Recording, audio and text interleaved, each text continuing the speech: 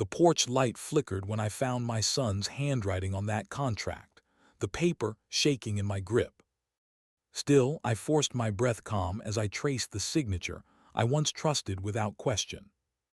As the bulb hummed overhead, its low buzz grew into the sound of a truth I didn't want to face. While that hum filled the doorway, I felt years of fatherhood press heavy on my chest. The same flicker revealed what I'd buried too long. My own blood had turned against me. That's when I decided, a father's peace survives only when he stands his ground. Before the story begins, tell me, where are you watching from? I hope your day's gentle and calm. Please like, subscribe, and let's start our story together. George Merrick hadn't planned to start over at 72, but life has a way of cornering a man when he's already on his knees. The little forest home stood at the end of a narrow dirt road, tucked between towering pines that swayed like slow-moving giants. It wasn't fancy, not by any measure. 2 bedrooms, a sagging porch railing, windows that hadn't been washed in a decade. But it was quiet. And quiet was the only thing George wanted after losing Maggie. Grief had carved him hollow, leaving him searching for a place where silence felt like comfort instead of punishment. Flagstaff's forest edge seemed like the final refuge he needed. He unloaded the last cardboard box from the truck as the sun dipped behind the trees, throwing long shadows across the yard. Maggie's photo sat on the front seat, the same picture he'd kept for 45 years, her smiling at him like she always knew the punchline before he told it. He carried it inside first, placing it on the mantel with a careful, almost ceremonial touch. "We're here, sweetheart," he murmured. "Just like you wanted, somewhere peaceful." His voice cracked, but he steadied himself. Tonight was supposed to be the beginning of something gentler. The first few hours passed just the way he hoped. The forest made soft noises, wind swishing through needles, distant crickets tuning their rhythm. George brewed tea, unpacked half a box, and sat in his recliner listening to the quiet as though relearning a language. By 10, he felt something loosen in his chest for the first time in months. Maybe this could work. Maybe out here he could breathe again. He drifted to sleep in the recliner, too tired to bother with the bedroom. The clock read 11:52 p.m. when his eyes finally shut. But at exactly midnight the sound snapped him awake, dry leaves crushing under a deliberate, steady weight. Footsteps. Not animals scurrying, not wind dragging branches. These were slow, purposeful steps circling near the porch. George sat up with a jolt, pulse thudding in his ears. He listened, holding his breath. The footsteps moved again, crunch, crunch, crunch, then paused. He stood, grabbed the old flashlight from the side table, and swung the front door open. Cold night air washed over him, sharp enough to sting his lungs. The porch was empty. The pines stood motionless, dark silhouettes against the moonlit sky. Nothing moved except a sliver of mist drifting off the ground. He shined the flashlight across the yard, even down the dirt path leading to the road, but the light carved out nothing but shadows. "Probably just a deer," he whispered to himself, though he knew better. Deer didn't walk like that, slow, measured, almost testing the ground. Still, he forced the thought down and shut the door. New house, new sounds, he'd adjust. But sleep never returned. He sat upright on the recliner, listening as the house settled, the soft clicks from cooling wood, a faint groan from the old heater. Then, at 2 a.m., a different sound cut through everything. A sharp, metallic rattle from the back door. George froze. The rattling came again, harder this time, as though someone was testing the lock. He reached instinctively for his phone, hands trembling. He didn't want to overreact. This was his first night here, but the sound was unmistakable. Someone was behind the house. He dialed the sheriff's office. The phone rang, once, twice, 3 times, then 4. No answer. It rolled to an automated message instructing him to call back during regular business hours. His frustration spiked. "Regular business hours? What good is that right now?" he muttered under his breath. The rattling stopped suddenly. George stood halfway between the kitchen and the hallway, listening so intently he could hear his heartbeat hammering behind his ribs. Nothing. Whoever or whatever had been there was gone. He stepped toward the back window, peeled back the curtain just an inch and stared into the yard. It was still, too still. Even the crickets had gone silent. Minutes dragged into an hour, then another. Slowly the forest began to come alive again, birds chirping before dawn, a faint breeze whispering through branches. The sky lightened with early morning gray, nudging away the terror of the night. But the unease didn't fade. It sat heave. Why in his gut growing roots? By the time the sun rose fully, George felt like he'd spent the night in a war zone. His body ached from tension, and his eyes were gritty from lack of sleep. He walked onto the porch, scanning the ground just in case he'd find some trace, footprints, dropped items, anything to prove he hadn't imagined it. But the dirt looked untouched, smooth as though the night had erased itself. The forest didn't care about his fear. It simply stood there, tall and ancient, watching him. He exhaled slowly, rubbing a hand over his face. "I moved here for silence," he whispered to no one. "Not this." And deep in the tree line, far beyond where the morning light reached, something shifted. Not loudly, not enough to name, but enough to tell George one thing for certain. The night wasn't done with him yet. George spent the entire second day pretending he wasn't exhausted.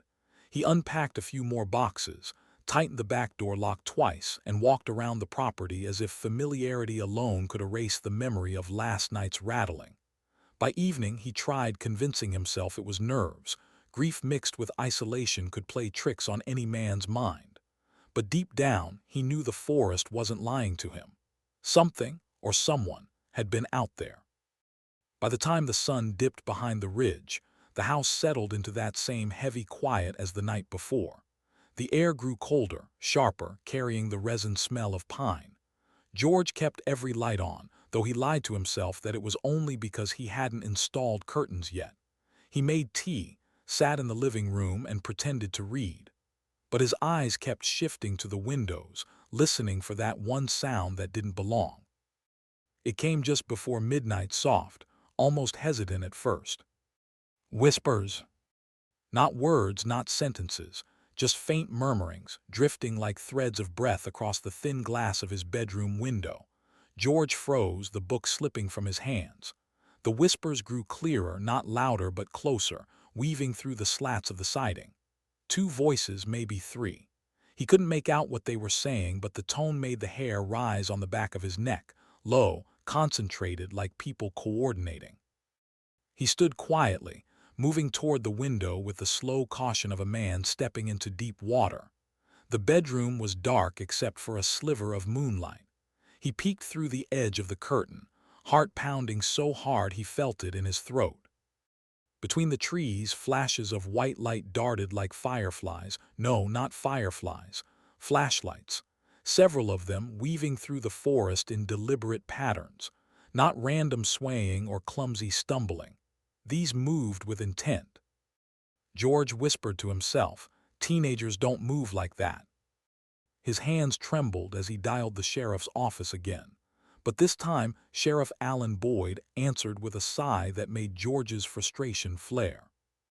"Mr. Merrick, we got your message from last night," Boyd said, voice thick with disinterest. "Forest burners, campers, maybe some teens messing around. Happens every fall." George pressed the phone tighter to his ear. "Sheriff, these aren't kids messing around. They're coordinated. They're circling the house."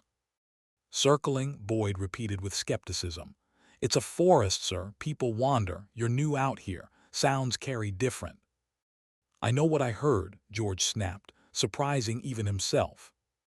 But Boyd only offered the same lazy reassurance. "If anything changes, call again. But unless they break in, there's not much for us to do." The call ended, leaving George gripping the phone like a useless lifeline. He looked back toward the tree line. The lights were still there, 3, maybe 4 beams bouncing in tight formation before vanishing behind a thick wall of pines. One paused, pointing directly toward his house, holding steady for a long, unnerving moment before flicking away. That was no teenager. George's breath shortened. He stepped back from the window, pulse thrumming with a mix of anger and unease. If the sheriff wasn't going to take this seriously, he'd have to. A crunch sounded outside, lighter than footsteps, more like someone shifting their weight. He spun toward the door, grabbing the nearest object with weight, a cast-iron skillet from the stove. He moved quietly to the porch, unsure whether he intended to scare someone off or simply reassure himself nothing was there. But when he opened the door, a figure already stood in the yard. George nearly dropped the skillet. It wasn't an intruder. It was the neighbor he'd barely met yesterday, the older man who lived down the road, the one who'd waved with a strange caution in his eyes. Owen Keller.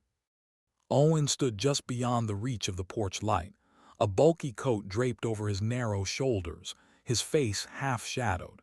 His expression was tense, as if he expected George to shout at him. You scared the hell out of me," George said, lowering the skillet but not his guard. Owen didn't apologize. He glanced toward the trees, his jaw tightening. "You shouldn't be out here alone at night." George frowned. "Because of the lights, the whispers, you saw them too." Owen hesitated too long, then he nodded once. "They don't like newcomers." A chill ran down George's spine. "Who does?" Owen shifted again, looking like a man carrying something too heavy to say aloud. "Just keep your doors locked, and don't go outside after dark." He turned as if that were enough explanation. George stepped forward, his frustration growing sharper than fear now. "Owen, wait, who are they? What do they want?" But Owen only shook his head, faster this time, eyes darting nervously toward the forest. "Don't ask questions you can't unhear." "Tell me," George insisted. "I deserve to know what's going on around my own home." Owen paused, swallowed hard, and whispered, "Not tonight." Then he walked off into the shadows, leaving George standing on the porch, breath fogging in the cold air, anger rising alongside the dread forming in his chest. As the last of Owen's footsteps faded, George stared into the dense, silent forest and realized something deeply unsettling. He had absolutely no idea who they were or why they were watching him. George had been drifting in and out of fractured sleep, the kind where your mind never fully shuts down because your instincts refuse to. He kept replaying Owen's words, "They don't like newcomers," until his thoughts became a tangled mix of suspicion and unease. By the time he finally dozed off, the house felt too still, like it was holding its breath with him. At exactly 1:03 a.m., the pounding hit the front door so violently it sounded like the entire frame might crack. George jolted upright with a shout, heart slamming against his ribs. This wasn't tapping or cautious movement like before. Whoever, or whatever, was out there wanted him awake, wanted him rattled. The pounding came again, even harder, shaking the thin glass pane in the door. George grabbed the nearest thing he could use as a weapon, an old metal flashlight, and moved toward the entryway, feet bare against the cold floor. For a moment he stood completely still, listening to the echo settle into silence. He wasn't reckless. 72 didn't give a man many chances to survive a bad decision, but waiting in total darkness felt even worse. He unlatched the lock with trembling hands. Every bone in him screamed not to open the door, but something deeper, something stubborn, pushed him forward. He swung it open in one sharp motion. Nothing. No figure running off the porch. No footprints he could see in the faint spill of moonlight. Just the thick shadows of the pine trees stretching across the yard like fingers. The forest was perfectly quiet, as though mocking him with its stillness. He stepped 1 foot outside, scanning the tree line. "Hello," he called, voice rough. "Who's out there?" Only the wind answered, brushing cold air against his throat. Then his eyes drifted down, and the flashlight slipped in his grip. On the wooden boards of the porch, right in front of the door, lay a perfectly arranged circle of small animal bones. Not scattered, not dropped carelessly. They were placed with intention, tiny ribs, vertebrae, fragments of a skull, linked around each other in a pattern that felt primitive and deeply wrong. George's stomach heaved. He knelt despite his better judgment, shining the light closer. The bones were clean, stripped of flesh. Whoever put them there had done it carefully, purposefully. Not a prank, not random wildlife. A message. A warning. He stumbled backward, one hand gripping the doorframe so tightly his knuckles whitened. The cold porch air bit into his lungs. He forced himself to breathe, but the nausea crept up anyway. This was no coincidence. This was ritualistic, symbolic. Someone wanted to scare him, and they were escalating fast. He retreated into the house and slammed the door shut, locking it twice, then a third time. His hands shook as he fumbled for his phone. Sheriff Boyd answered on the second ring, voice groggy and irritated. "Sheriff," George said, breath uneven, "they left something on my porch. Bones, arranged in a circle. I need someone out here right now." There was a long pause before Boyd exhaled heavily. "Mr. Merrick, you need to calm down. Forest animals die all the time. Coyotes drag bones. It's not unusual." "Coyotes don't arrange them," George snapped. "This was placed, this was deliberate." Another sigh. "Look, it's late. I can swing by in the morning if it'll ease your mind, but I'm not sending a unit out there for a pile of bones." "A pile?" George stopped himself before anger overtook him completely. "Someone is trying to scare me." "Or you're scaring yourself," Boyd replied. "Happens out there to new residents. Darkness plays tricks."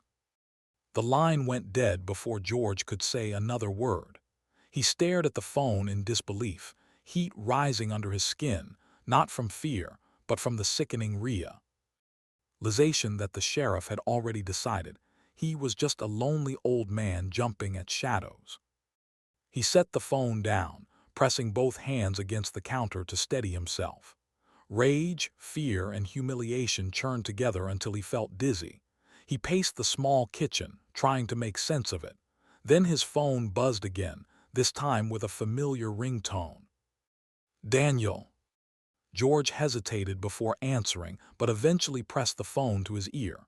"Danny." His son's voice came through light, distracted, with a hint of annoyance masked as concern. "Dad, Sheriff Boyd just called me. Said you're having some episodes out there." George's jaw tightened. "I'm not having episodes. Someone left bones on my porch." Daniel made a soft, scoffing sound. "Dad, you're alone in the woods. Your mind is going to play tricks. You've been through a lot since Mom." "Don't," George said sharply. "Do not blame this on grief. I know what I saw." Daniel sighed. "Dad, you're lonely. And when you get lonely, everything feels bigger than it is. You're imagining connections that aren't there." George closed his eyes, feeling something in him crack, not loudly but deeply. "The bones are real," he whispered. "The door pounding was real." There was a pause on Daniel's end, the kind that told George he wasn't being believed, not one bit. "Just get some rest, okay? Things will look different in the morning." When the call ended, George stood alone in the center of the quiet house, surrounded by shadows that felt heavier than before. Because the bones were real. And so was the fear tightening around his home, night by night. Outside, the wind shifted again, slow, deliberate, brushing against the house like fingers testing the walls. And George knew the night wasn't finished with him, not even close. George woke the next morning feeling wrung out, like the night had taken something from him he couldn't get back. The bones on the porch were gone. He'd swept them into a trash bag at sunrise, hands shaking the entire time, but the image of them stayed burned into his mind. He couldn't shake the sense that he was being studied, watched, pushed. By noon, he'd made a decision. If no one believed him, he'd gather proof himself. He drove into town and bought 2 heavy-duty motion lights, a small outdoor camera with night vision, and a pack of long screws. Back at the house, he worked with the careful precision of a man who understood that fear becomes manageable when you put your hands to something solid. He installed a motion light above the back door and another facing the tree line. The camera he mounted just under the eaves, angled to capture the entire yard. He tested it twice. The playback worked. The timestamps were accurate. For the first time in days, he felt a sliver of control returning. But when the sun dipped low and the shadows grew long, the forest felt different again, expectant, like it was waiting for the night to begin. By 10 p.m., the house settled into darkness. George sat on the couch with his laptop open, watching the camera feed in the corner of the screen. The rest of the house was quiet except for the occasional groan of old wood shifting in the cool air. Midnight crawled closer. His heart thumped harder with each passing minute. Then at 12:41 a.m., the first motion light snapped on. A bright flood of white washed over the backyard, cutting into the dark with a suddenness that made George jump. He leaned forward, eyes locked on the camera feed. At first he saw nothing but the glare. Then movement. 3 figures stepped into the edge of the light. They were spaced evenly apart, moving with a strange, coordinated rhythm, like they'd rehearsed their steps. Not stumbling, not sneaking, just gliding in unison, half shrouded in darkness, half illuminated in sharp outlines that didn't look quite human in the stark light. George's breath hitched. He grabbed his phone and dialed Daniel without thinking, pulse racing. Daniel answered after several rings, voice thick with annoyance. "Dad, it's almost 1 in the morning." "Daniel, listen to me," George said, his voice shaking. "There are people in my yard, 3 of them. They set off the lights. I can see them right now." A rustling sound came through the phone, followed by a low whisper, Lacey's voice. "He needs supervision," she murmured, not even trying to hide it. George heard Daniel sigh. "Dad, we talked about this. You're scaring yourself over shadows." "These aren't shadows," George snapped, louder than he intended. "Look, I'm going outside. I'm not letting them pull this crap anymore." "Dad, don't." But George had already dropped the phone onto the couch. He stormed toward the back door, flicked on the porch light, and yanked the door open. Cold air rushed in, biting at his face. The motion floodlight was still blazing, illuminating the yard like a stage. And the figures were still there. 3 silhouettes standing at the edge of the tree line, frozen now, as if waiting to see what he'd do. Oh, rage overtook fear. George stepped onto the porch and shouted, "Hey, I know you're out there. You want something from me. Come say it to my face." The figures reacted instantly. They jerked backward in unison, then scattered, sprinting into the trees with a speed that didn't match their earlier slow, choreographed movements. Branches snapped. Leaves shuddered. Within seconds they were swallowed by the dark forest. George stood there trembling, adrenaline flooding him, breath puffing in the cold night. Every instinct screamed at him to go inside, lock the door, and stay away from the windows. He did exactly that, slamming the door behind him and turning every lock he had. For several minutes he stood motionless in the living room, heart pounding, waiting for silence to settle again. When it finally did, he hurried to his laptop and opened the camera playback. He dragged the cursor to the moment when the motion light activated. What he saw made his stomach drop. The camera caught all 3 figures clearly, tall, broad-shouldered, wearing dark clothing.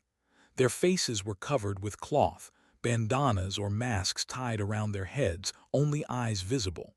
One figure turned directly toward the camera lens for a split second, the dark hollows around their eyes stark against the white light. Their posture wasn't playful. It wasn't mischievous. It was deliberate, calculated, predatory. George paused the footage, staring at the frozen image of the masked figure, his own reflection faint in the corner of the laptop screen. There was no denying it now, no twisting it into deer or teens or hallucinations swirling out of loneliness. Someone was intentionally tormenting him. This wasn't random. This was planned. He sat back slowly, the weight of that truth settling over him like a cold blanket. The house felt smaller. The darkness outside felt closer. The forest, once the very reason he moved here, now felt like a cage where someone else held the key. The motion lights flickered one more time before turning off. And in that brief second of returning darkness, George felt the unmistakable sense that the figures weren't done with him. Not even close. Morning came with a thin, gray light that barely cut through the pines, the kind of light that made the world feel unfinished. George hadn't slept. He sat at the kitchen table with the camera footage paused in front of him, replaying those masked faces in his mind again and again. Every logical part of him screamed to call Daniel, call the sheriff, call someone, but logic didn't feel steady anymore. Logic felt like a bridge missing boards. A knock at the door made him jerk upright. Soft, hesitant, not like the pounding from earlier nights. He opened it slowly, keeping his body angled just enough to close it fast if he needed to. Owen Keller stood on the porch, hands shoved into the pockets of a worn jacket, eyes unreadable beneath bushy gray brows. "We need to talk," Owen said. George stepped aside stiffly, letting him in. Owen walked to the kitchen without waiting to be asked, like a man carrying news too heavy to deliver standing up. George poured him coffee, mostly because he didn't know what else to do with his hands. Owen took a sip, then set the mug down with a quiet thud. "This place," he said, glancing toward the window, "has a history, one people around here don't talk about unless they have to." George felt the muscles in his neck tighten. "What kind of history?" "Foreclosure," Owen replied. "Ugly one, sheriff's department was involved, lawyers, the works." George leaned back slowly. "And you're telling me this now?" Owen didn't flinch. "Because I didn't think it was my business before. You bought the house fair and square. But after what you said yesterday, what you saw, it's time you knew." He reached into his jacket and pulled out a folded, yellowed newspaper clipping. The edges were worn, the ink fading. He slid it across the table. George unfolded it with careful fingers, eyes tracing the headline: "Local family removed after failed appeal." The article described a family of 3, mother, father, adult son, who refused to leave after losing the property years ago. Legal battles, standoffs, the sheriff's office finally enforcing removal by force. George's stomach tightened as he read. "They still live around here?" he asked quietly. "Son does," Owen said. "Parents died not long after the eviction. Some folks say of stress, heart failure, grief. No one knows for sure." He paused. "Rumor is the son believes the land still belongs to him, believes the system stole it, believes trespassing isn't trespassing when it's his."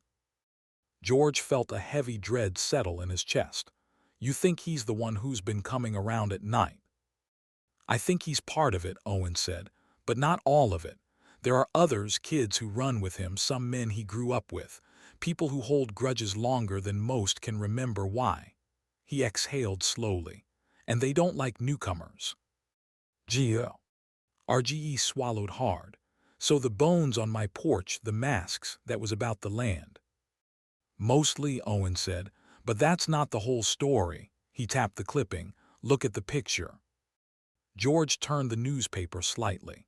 The photo showed deputies escorting the family out of a small, run-down cabin, the same structure he recognized from old maps of his property. But it wasn't the family he noticed. It wasn't the officers either. It was someone standing in the background, half turned toward the camera. Young, tall, familiar. Daniel. He looked about 23, leaner, hair longer, face unreadable. But it was undeniably him. George's breath caught. He blinked once, twice, hoping the image would change. But it stayed the same, his own son standing near the eviction, watching the family being removed from the very land George now lived on. What is this?" George whispered, voice thinning. Owen shook his head. "Don't know. Didn't even notice him until a few months back when I was sorting old papers. Could be coincidence. Could be he knew someone involved. Could be he had business with the bank. But it's him." George stared at the picture as if it might open into answers. "He never told me he'd been here before. Never once mentioned this place." "Some things folks keep quiet," Owen muttered. A painful thought crept in, cold and unwelcome. Why was Daniel here? What was he doing during an eviction? What did he know about this land that he never told me? A sharp ache bloomed behind George's ribs, betrayal, confusion, fear all twisting together. He set the clipping down carefully as if it might burn him. "This doesn't make sense," he murmured. "Daniel had no reason to be here. None." Owen stood, adjusting his jacket. "I can't tell you what it means, but whatever's happening to you out here," he paused at the door. "It's not random, not anymore." George felt the world tilt slightly. The masked figures, the coordinated movement, the bones, the whispers, the trespassers who weren't afraid of being seen. It wasn't just about land. There was something deeper running under all of this, something connected to his son. A new fear cut through him, sharper than any from the past nights. This invasion wasn't just targeted. It was personal. And George was no longer sure who to trust when it came to the truth. The nights that followed bled together into something feral, something relentless. Whatever restraint the trespassers once had was gone. Now they wanted George to feel hunted. On the fourth night after Owen revealed the truth about the land, a rock the size of a grapefruit slammed against George's siding so hard the whole wall shuddered. He jumped from the kitchen chair, coffee spilling across the table. The thud echoed like a gunshot in the stillness. Before he could even reach the window, another stone clattered across the back steps, then another. Not thrown with aim but with force, a message hurled through the darkness. At 2 a.m. the tapping began. Sharp, intentional taps against the living room window spaced too evenly to be the wind or tree limbs. 3 taps, pause, 3 more, like a code. Like someone making sure he knew they could get closer anytime they wanted.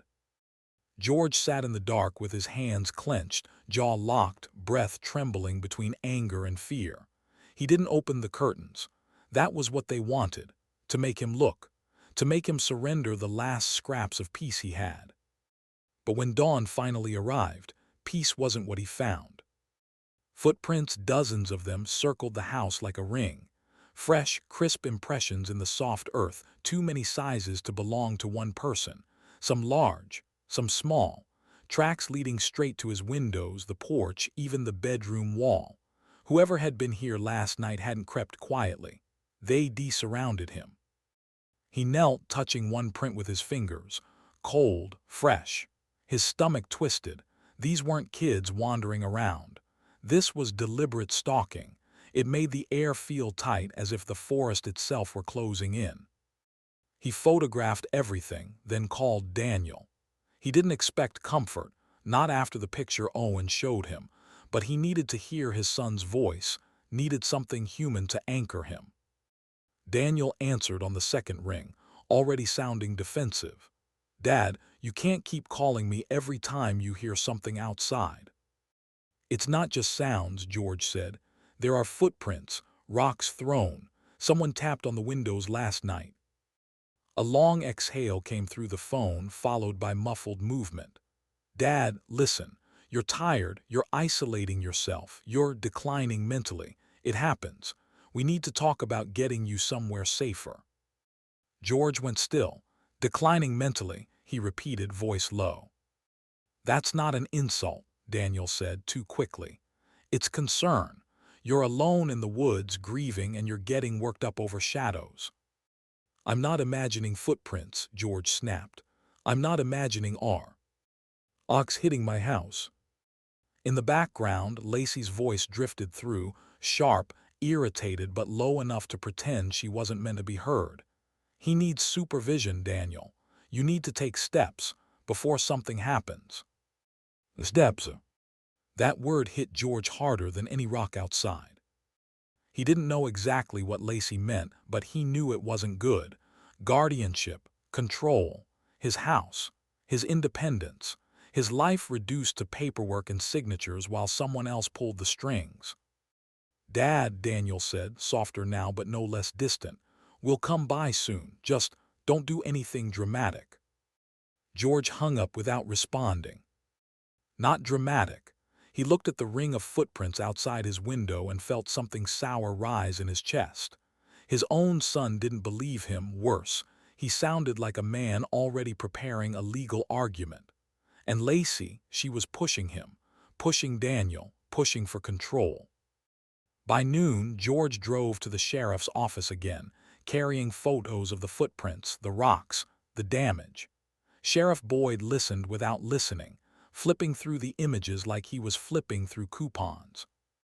Could be hikers, Boyd said. Could be local kids, could be old tracks, hard to say. They're from last night, George insisted. All of them. Boyd shrugged. You're alone out here, Mr. Merrick. Darkness makes things look worse than they are.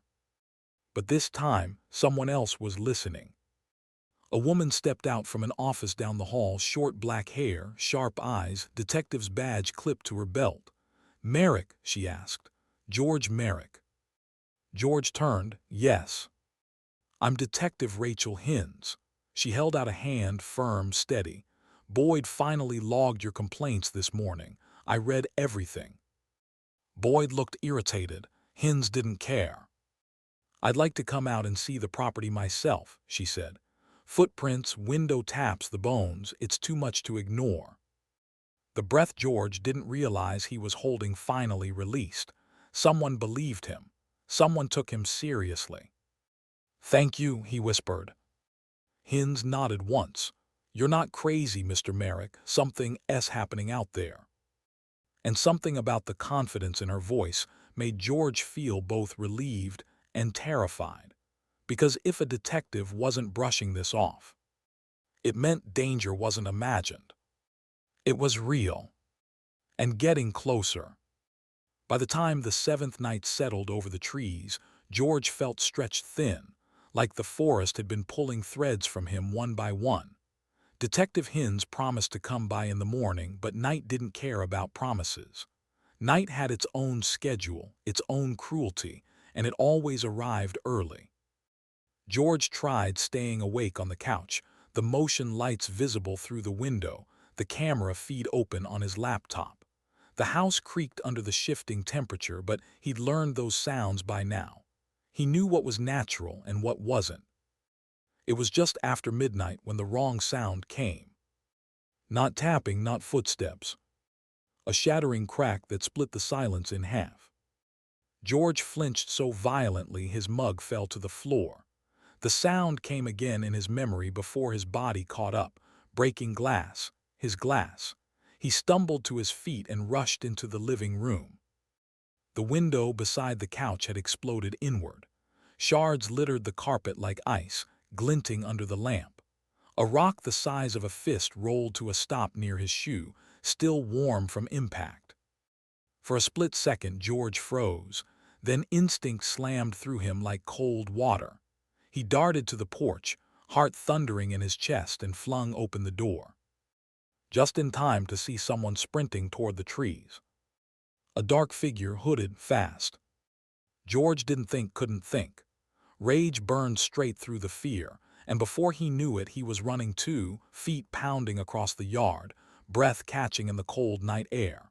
This was his home, his sanctuary, and someone had just shattered a piece of it. Hey, he shouted into the darkness. Stop.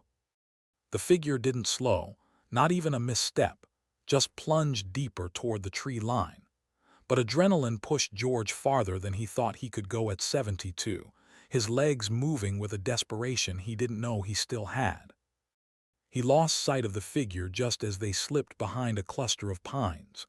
But something caught his eye, something dark and crumpled at the base of a tree. A jacket. Abandoned in a hurry, half covered by leaves. George bent down, chest heaving, and picked it up. Heavy, worn. It smelled like sweat and pine and something else, a metallic tang that made the hairs on his arm rise. He scanned the woods, no movement. Whoever had been here was long gone. George headed back toward the house, clutching the jacket like evidence. When he stepped onto the porch again, the broken window looked worse from the outside.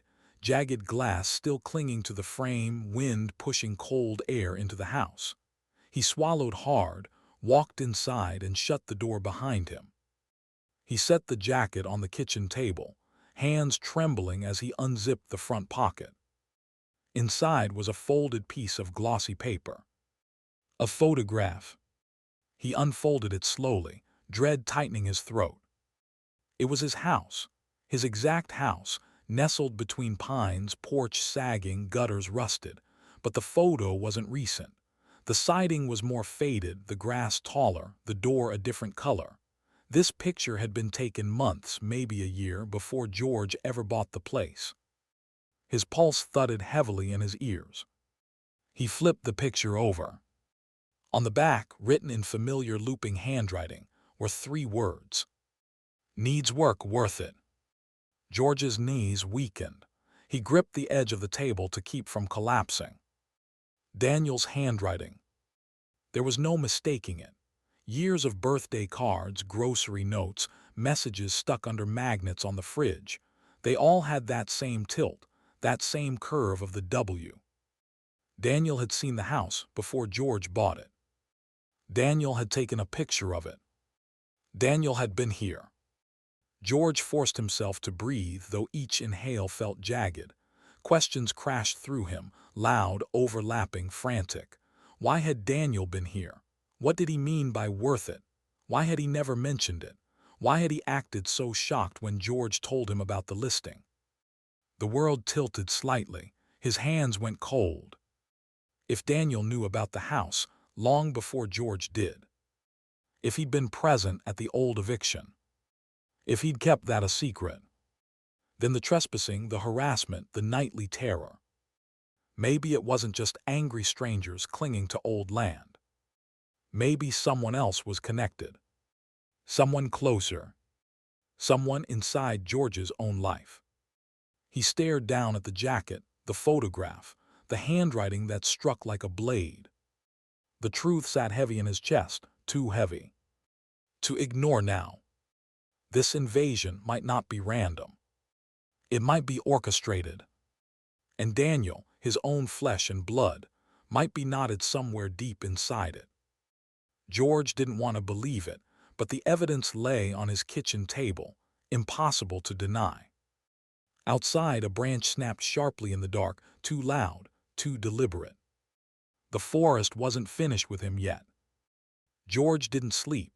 He sat at the kitchen table with the photograph in front of him, Daniel's handwriting taunting him like a whisper he couldn't shut out. By sunrise, the sky had turned a soft orange over the pines, but there was nothing warm about it. The night's cold had settled into his bones, not from the air, but from the truth he could no longer avoid. At 7 a.m. sharp, George grabbed the jacket, the photo, and his keys. He drove into town with a single purpose burning inside him. If Daniel had answers, it was time he gave them. No more avoidance. No more patronizing explanations. No more suggesting his father was losing his mind. He pulled up to Daniel and Lacey's suburban home, the place as polished and curated as their carefully controlled lives. George barely made it up the walkway before the door opened. Daniel stepped out, rubbing sleep from his eyes, hair messy, wearing an old hoodie. "Dad, what are you doing here so early? Is everything?" George held up the jacket. "Recognize this." Daniel blinked, confused. "A jacket? No, what?" George shoved the photo into his hands. "What about this?" Daniel looked down, and George watched the color drain from his son's face. Not completely, but enough to confirm it meant something. "Dad," Daniel said quietly, "let's talk inside." "No," George said sharply, "we're talking right here." Lacey's voice floated from inside the house, sharp and irritated. "Daniel, what's going on?" She appeared behind him, arms crossed, makeup perfect despite the early hour. Her eyes landed on George with immediate hostility, like she'd been waiting for a reason to snap. Daniel swallowed. "Dad, I can explain." "You'd better," George said, "because this picture was taken before I ever saw the listing, before I even knew this house existed. So why were you there?" Daniel rubbed his forehead. "Dad, it's not what you think." "Then what is it?" George pushed. "Why hide it from me? Why lie?" Daniel hesitated, too long, too careful. I looked at the house as an investment years ago, that's it. I was considering buying and flipping it. There wasn't anything more to tell. It didn't work out, so I dropped it. Lacey scoffed loudly. Daniel, you don't owe him every detail of your life. George didn't look at her yet. He kept his eyes locked on his son. Investment. Yeah, Daniel said, nodding quickly. I was just checking it out. The picture was for my notes, that's all. George didn't fully believe it, but what unsettled him even more was how nervous Daniel looked. His eyes kept darting toward Lacey, like he was scared to say the wrong thing. Why didn't you tell me? George asked, voice lower now. You knew I was buying the house. Why not mention you'd seen it before? Daniel's throat bobbed. I didn't think it mattered. It mattered, George said quietly. You knew something about that land, something you didn't want me to know. Lacey stepped between them suddenly, her tone sharp as broken glass. Okay, enough. Daniel has tried to be patient with you, but this, showing up at our house with props, stories, accusations, she wagged a finger. This is paranoia, George. George finally turned to her. Stay out of this, Lacey.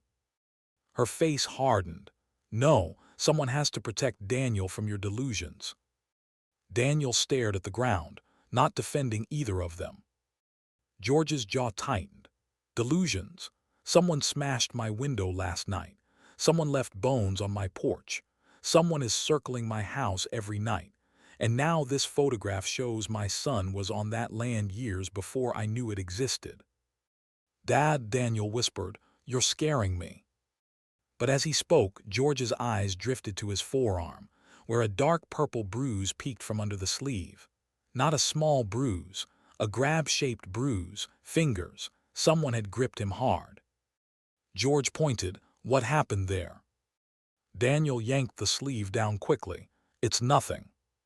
But Lacey's expression snapped, tight, defensive, almost panicked. He bumped into a cabinet, she snapped. Stop interrogating him. That isn't a cabinet bruise, George said quietly. George, Lacey stepped forward, eyes flashing. You need help, you're causing stress. You're making up stories, and if you keep pushing Daniel. George didn't let her finish. He took a step back, breath shaking, a sickening realization twisting through his gut. Something was wrong here, not just with the land, not just with the trespassers. With Daniel. With Lacey.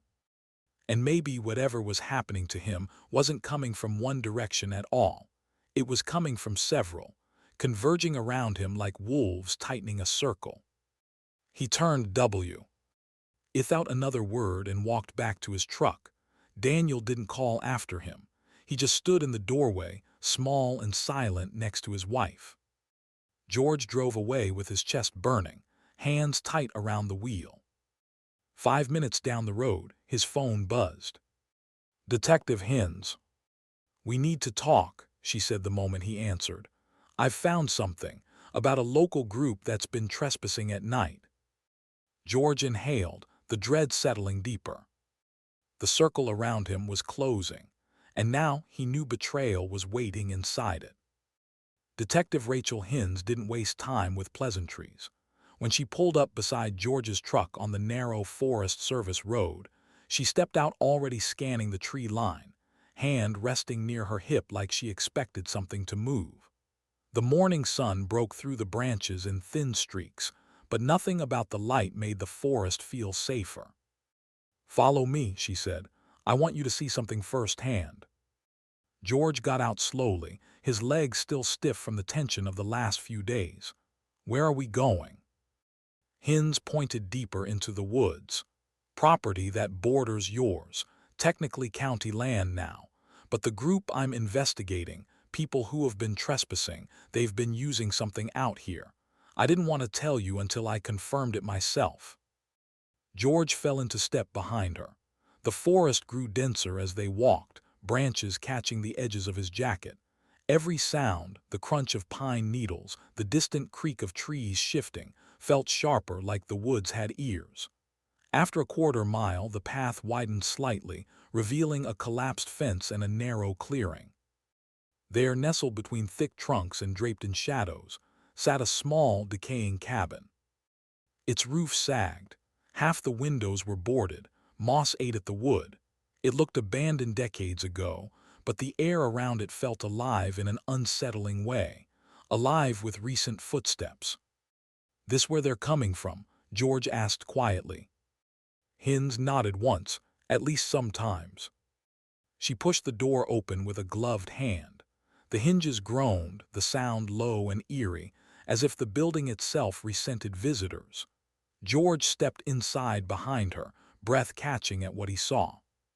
The cabin's interior was a mess, spray paint on the walls, footprints in the dust, old blankets tossed in corners.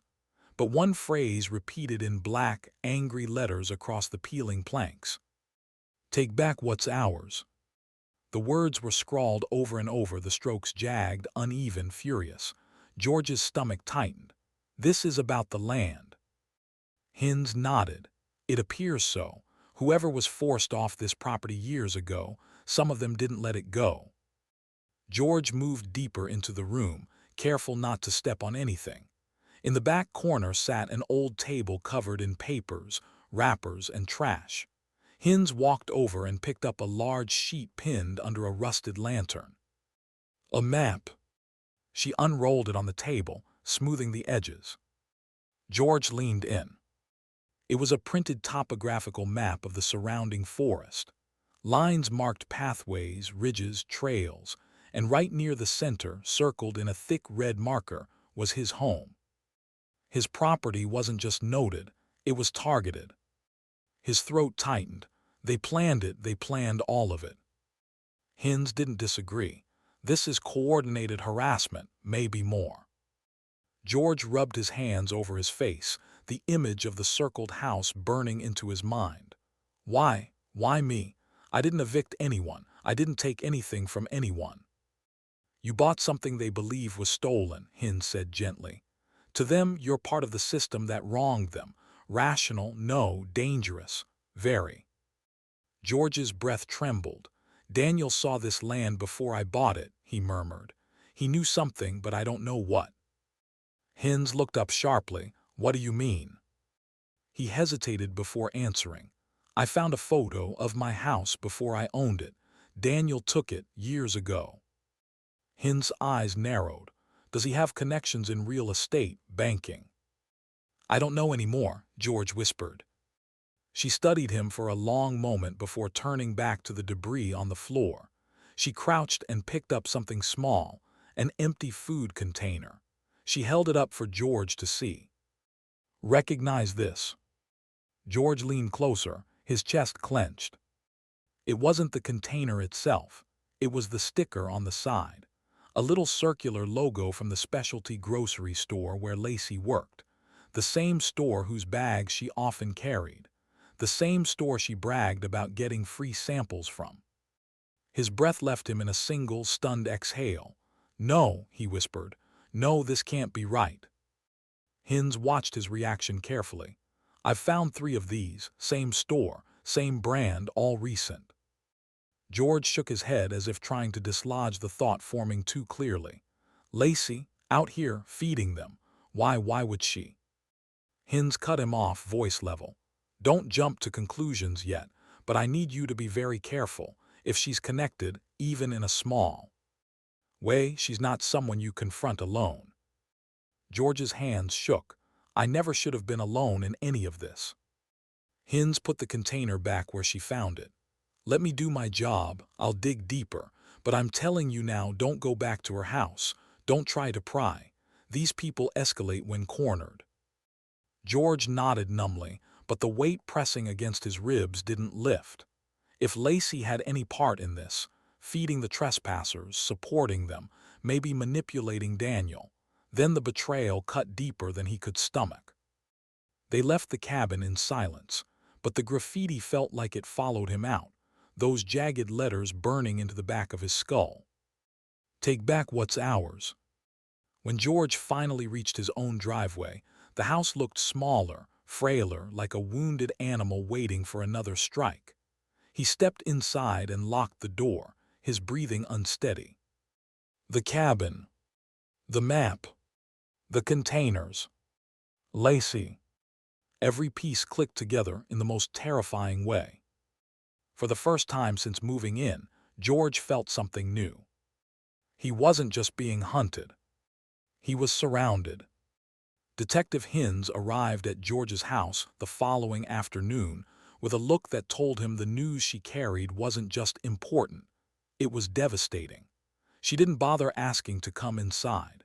She stepped over the threshold like a paramedic entering a burning building, scanning every corner of the room before facing him. "Sit down, George," she said. "This isn't a conversation you want to have on your feet." He obeyed, lowering himself onto the edge of the couch. His palms were damp. His heartbeat thudded like distant thunder. The photograph of his house, Daniel's handwriting, still lay on the coffee table where he'd left it. Hinz noticed it but didn't comment. Her jaw tightened. "I ran a financial background check," she began, pulling a folded packet from her coat. "Not on you, on Daniel." George's breath snagged. "Why would you?" "Because his name comes up in more places than it should. Places connected to this land. Places connected to people who have a reason to hurt you." She handed him the packet. He unfolded it slowly, each crease feeling like it might cut him.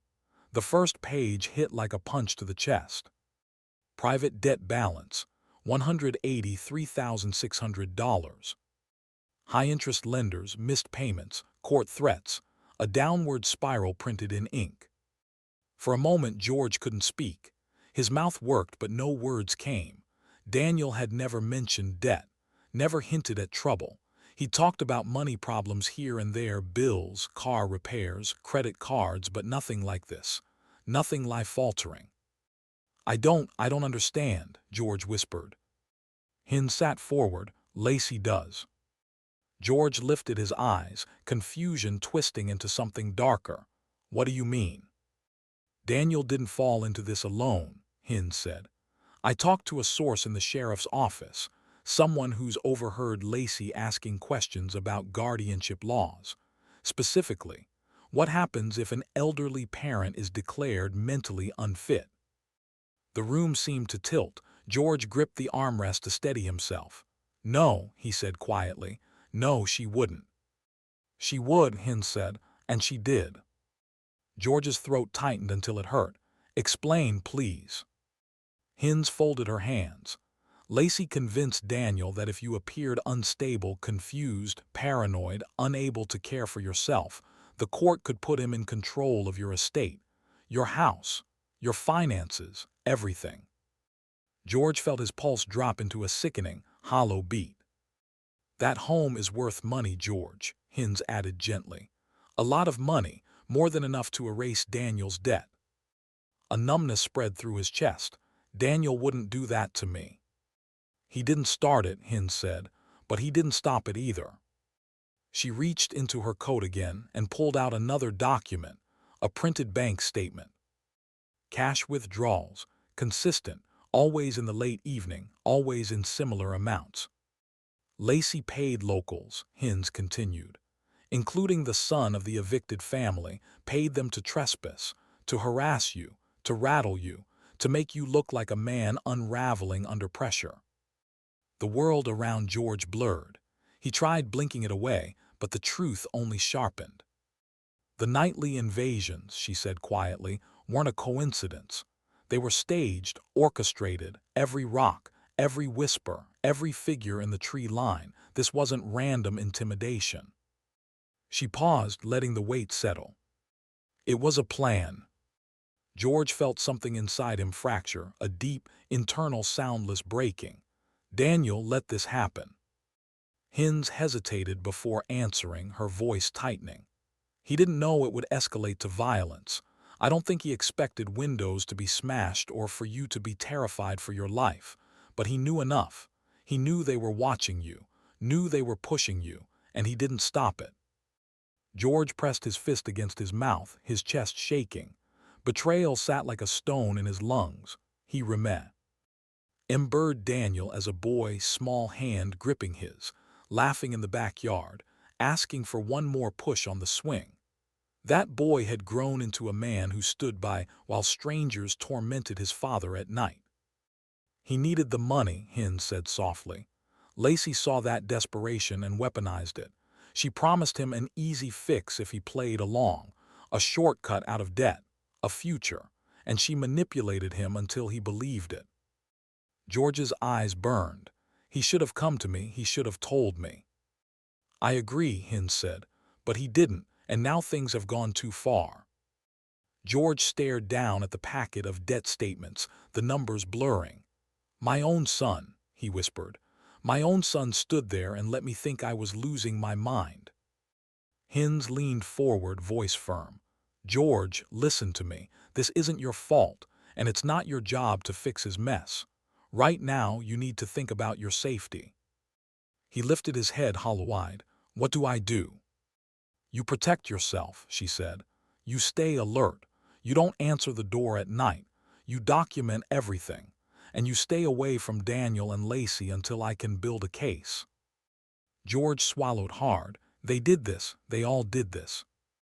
And they aren't finished, Hin said quietly. Not until we make them stop. Outside, the wind pushed against the house, brushing the walls like fingertips searching for a way in. George felt the betrayal settling deeper, sharper, heavier.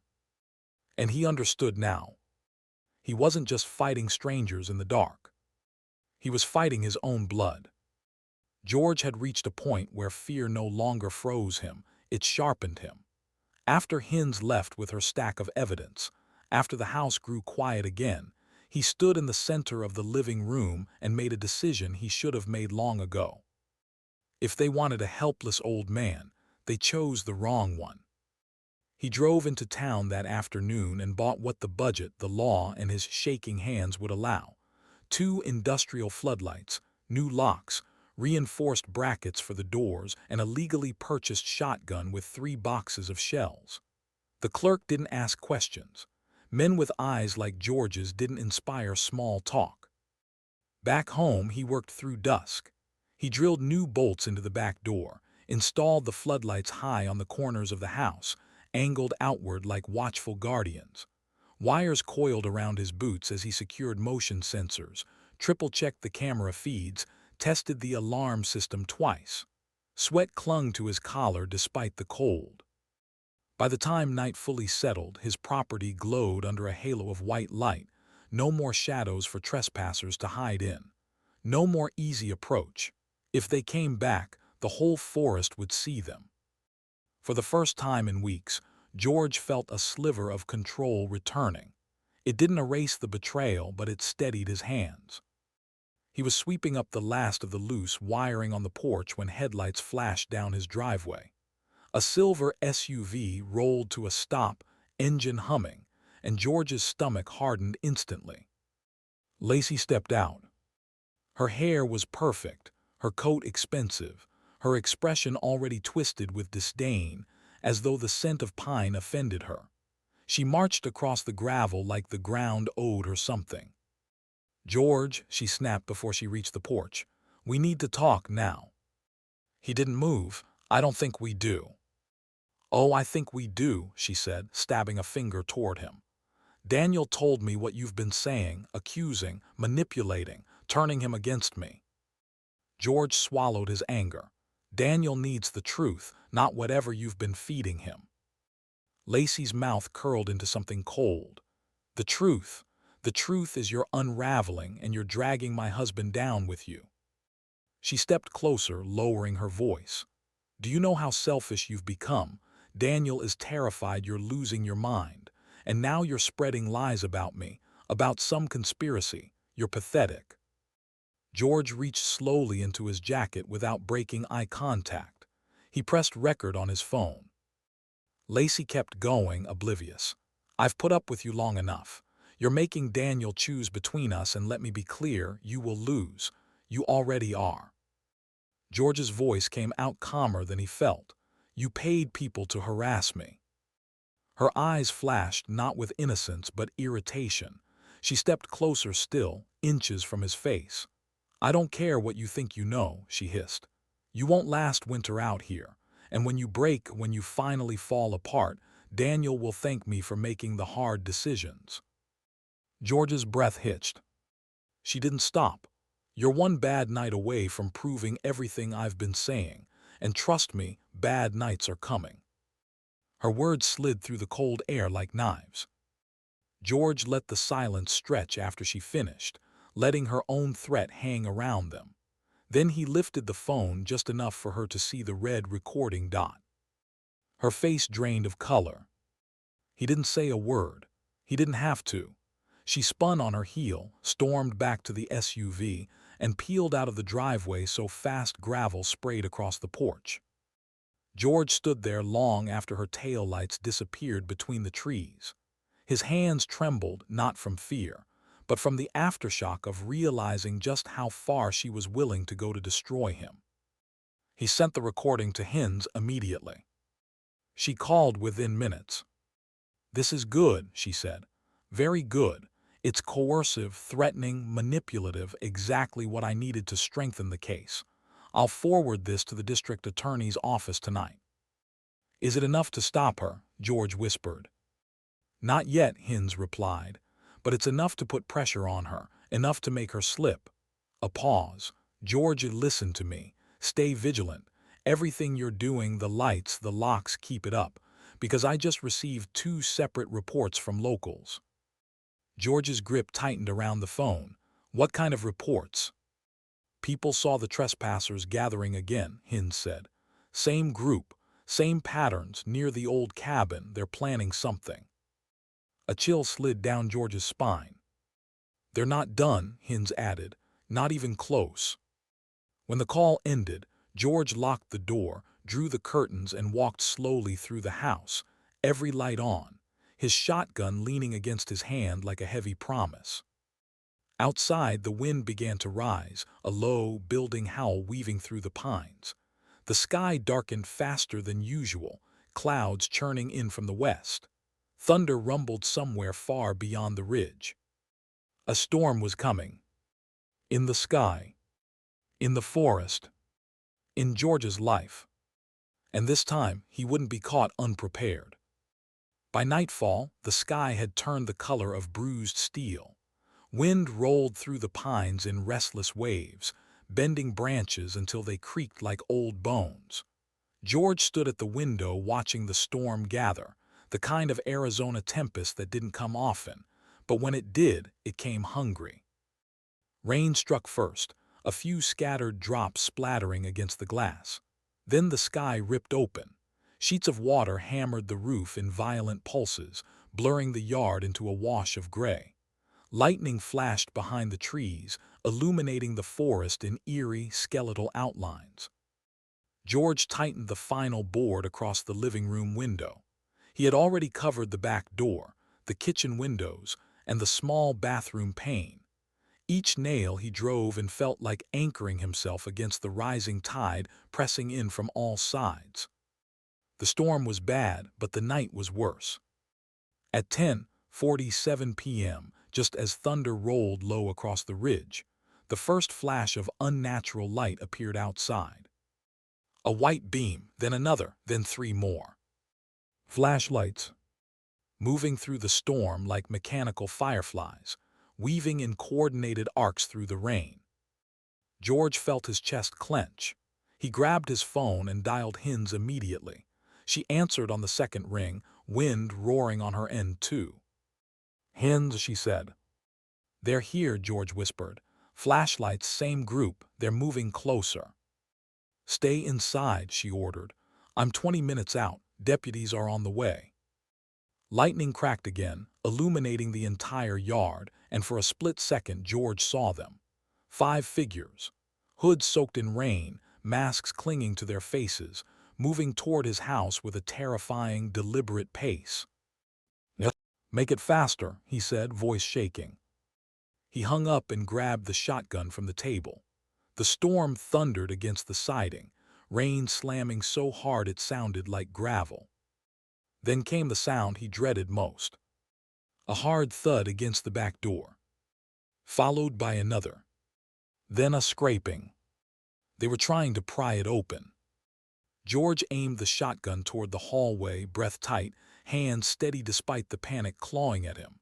The boards groaned under pressure. Someone rammed the door, cracking the lower hinge.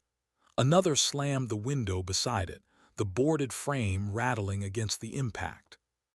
"Get away from my house," George shouted. The storm swallowed his voice. A muffled yell came from outside, indistinguishable, swallowed by rain. Then a crowbar slammed against the back latch. That was enough.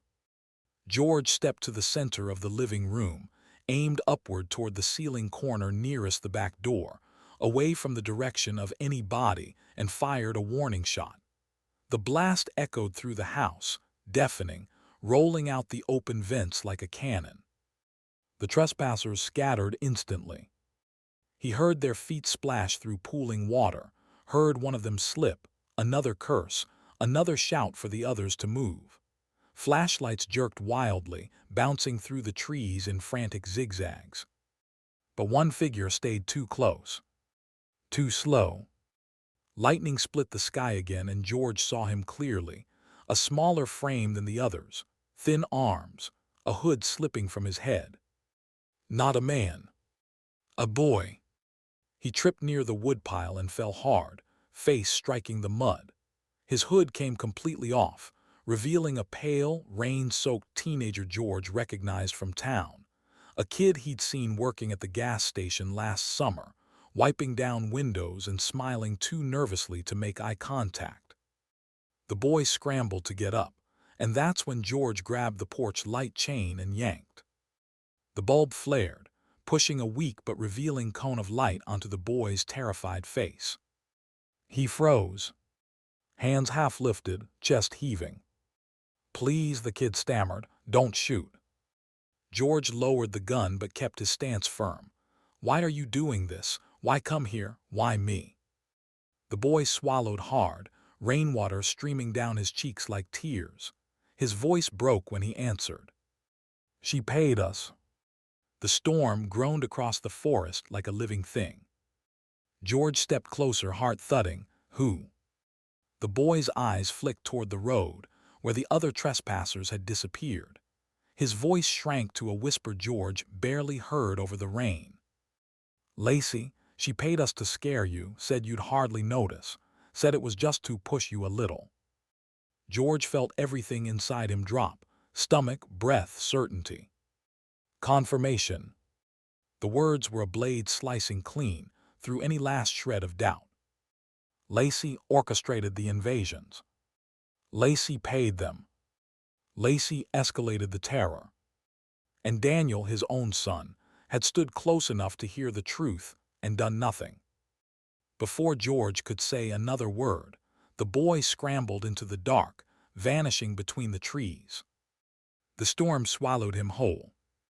George stood alone in the rain-soaked doorway, the floodlights flickering against the wind, betrayal settling into his bones like winter frost. Behind him, thunder cracked again, closer this time. The night wasn't finished. Neither were they. George didn't wait for the storm to pass before driving to Daniel's house. Dawn had barely begun to lift when he pulled up to the curb, the gutters still overflowing from the night's rain. His clothes were damp, his hands stiff on the steering wheel, but his purpose held him steady. He had the truth now, recorded proof of Lacey's threats, the teenager's whispered confession, and evidence Hins had gathered. And Daniel was going to see it all. He walked up the driveway with the weight of betrayal lodged deep in his chest. The morning felt too quiet, too rehearsed, like the world was bracing for impact. When he knocked, the door opened almost immediately, as if Daniel had been pacing behind it. Daniel looked like he hadn't slept. His hair was a mess, eyes red, jaw tight. "Dad, what are you doing here?" George stepped inside without waiting. "Sit down, Daniel. I need to show you something." Daniel hesitated, but the exhaustion on his face betrayed his resistance. He followed George into the living room, glancing nervously toward the hallway, toward the bedroom where Lacey slept. "What's this about?" he whispered. George pulled out his phone and set it on the coffee table. I want you to hear something, all of it." He hit play. Lacey's voice filled the room, sharp, venomous, unmistakable. "You won't last winter out there. Daniel will thank me for making the hard decisions. When you break, he'll finally see you're the problem." Daniel's face drained of color. His mouth opened slightly, but no words came out. George watched his son crumble, piece by piece, the truth slicing through whatever lies he'd been fed. "That's not all," George said quietly. He pulled up the recording from the storm, the trembling teenage voice whispering the final blow. "She paid us. Lacey paid us to scare you." Daniel's breathing hitched. He leaned back against the couch like his legs couldn't hold him anymore. "No," he whispered. "No, she said the noises were local kids. She said the land had crazy people." He ran both hands through his hair, voice cracking. "She told me you were imagining things. She said you were declining. I believed her, Dad." George swallowed the ache in his throat. "I know." "She said it was for your own good," Daniel continued, tears forming now. "Said we needed control of the house so you wouldn't get hurt. Said if you looked unstable, the court would give us guardianship. I didn't know he broke off, shoulders shaking. "I didn't know she'd do this. I didn't know she'd send people out there." George reached for him, "Daniel." But the sudden slam of the bedroom door cut him off. Lacey stormed into the living room like a blade drawn from a sheath. Her face was twisted in fury, hair wild, eyes red with rage. "What the hell is going on?" she shouted. Daniel jumped like a frightened boy. "Lacey, I—" She snatched the phone off the table before he could finish. The recording was still playing, her voice spitting venom from the speaker. She froze. Her expression shifted from anger to calculation to raw, feral panic. "You recorded me," she whispered. "You recorded me." George rose slowly. "I had to." Lacey turned on Daniel like she could devour him. "You let him in here. You sat here listening to him poison you against me." Daniel stepped back. "Lacey, stop." She wasn't listening. She advanced, finger shaking, voice rising like a siren. "You think he cares about you. He's manipulating you. You pathetic coward, you owe me your life. I saved you, I fixed your mess." Daniel flinched. "Lacey, please." "You think siding with him will help you," she screamed. "I will ruin you, Daniel. Do you hear me? I will burn your life to the ground if you walk out that door with him." George stepped between them so fast Lacey stumbled. He planted himself firmly in front of his son and raised his voice for the first time in years. "That's enough." Lacey blinked in shock, as if no one had ever dared put a line in front of her. "Move," she snarled. "No," George said. "You've taken enough, done enough. Not one more word to him." She looked over George's shoulder at Daniel. "If you leave with him," she hissed, "you lose everything, your house, your credit, your life. Think very carefully." Daniel's voice cracked as he spoke. "Lacey, I'm scared of you." That stopped her. Her face twisted, a wounded, monstrous thing. "You're scared of me, after everything." But Daniel didn't hear the rest. His knees buckled and George caught him, pulling him close like he had when Daniel was 5 years old and woke screaming from nightmares. "Come on, son," George said quietly. "Let's go." Tears streamed down Daniel's face as he let his father guide him toward the door. Lacey screamed behind them, curses, threats, promises of revenge, but neither turned back. George opened the door. Rain began falling again, light but steady, tapping against the porch like a warning. Daniel stepped outside with him, shoulders shaking, breath unsteady but walking. With his father. For the first time in years. As the door slammed behind them, Lacey's furious voice still echoing, George knew one thing with absolute certainty. The real fight was just beginning. George didn't expect the knock to come before noon, but trouble had a way of arriving early these days.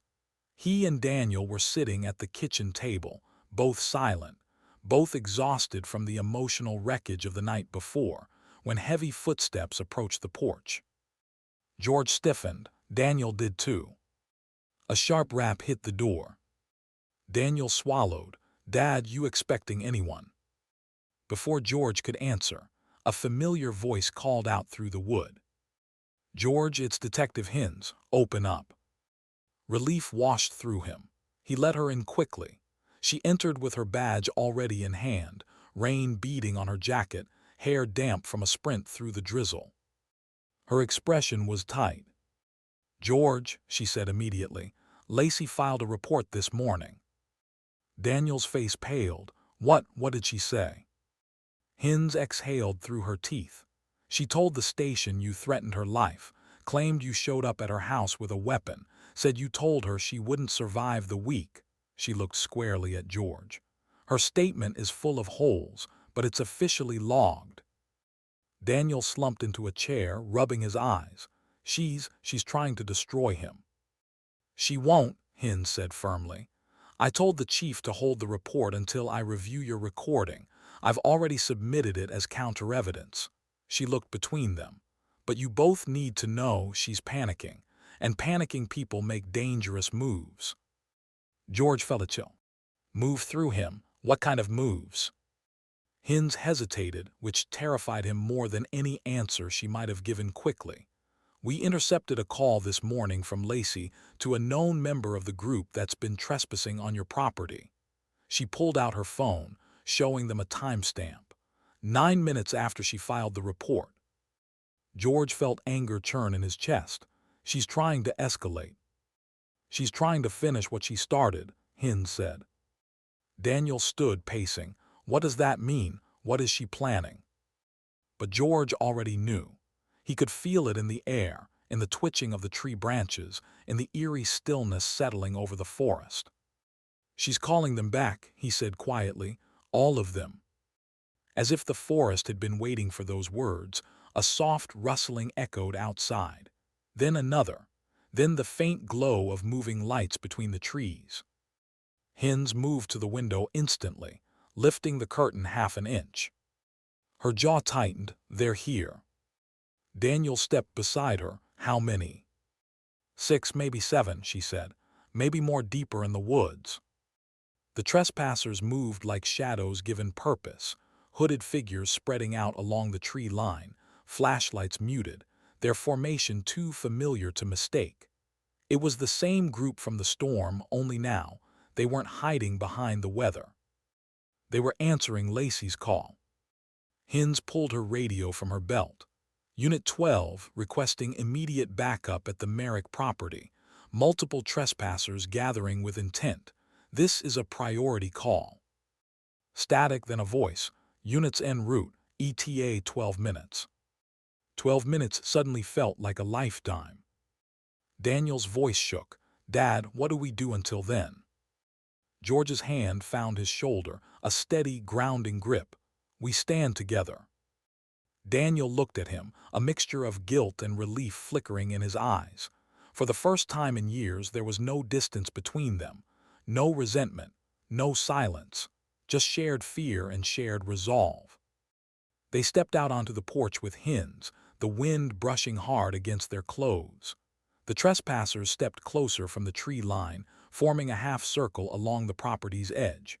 Rain drizzled down, darkening the hoods pulled low over their faces. The masked figures shifted, shoulders tense, waiting for some unseen signal. Hinz raised a hand, voice strong as iron. "This is Detective Rachel Hinz with the Coconino County Sheriff's Department. You are trespassing on private property.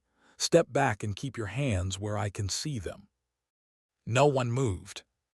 One figure tilted his head, as if amused. Another flashed a light toward the porch, slow, taunting, sweeping right over George's face. Daniel tensed beside him. "That one, that's the evicted family's son." George didn't need Daniel to tell him.